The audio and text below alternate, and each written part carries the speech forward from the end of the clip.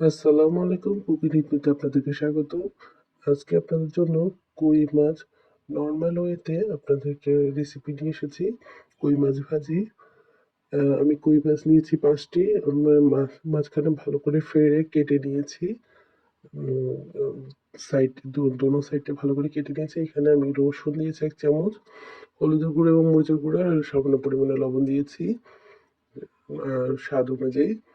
এভাবে করে ভালো করে মশলাটা মেখে তারপরে আপনারা এখানে সরষের তেল দিয়ে হাঁড়িতে ভালো করে গরম করে ভেজে নেবেন, এপিট ওপিট করে ভালো করে মচমচা করে ভেজে নেবেন। এবং এইভাবে আপনারা কই মাছ গরম গরম ভাতের সাথে খেয়ে দেখতে পারেন, ভালো লাগবে। আর মাছ ভাজি তো এমনিই গরম ভাতের সাথে ভালো লাগে। আমি জাস্ট আজকে আপনাদেরকে নর্মাল ওয়েতে শুধু মাছ ভাজিটাই দেখালাম। এভাবে করে আপনারা খেয়ে দেখতে পারেন।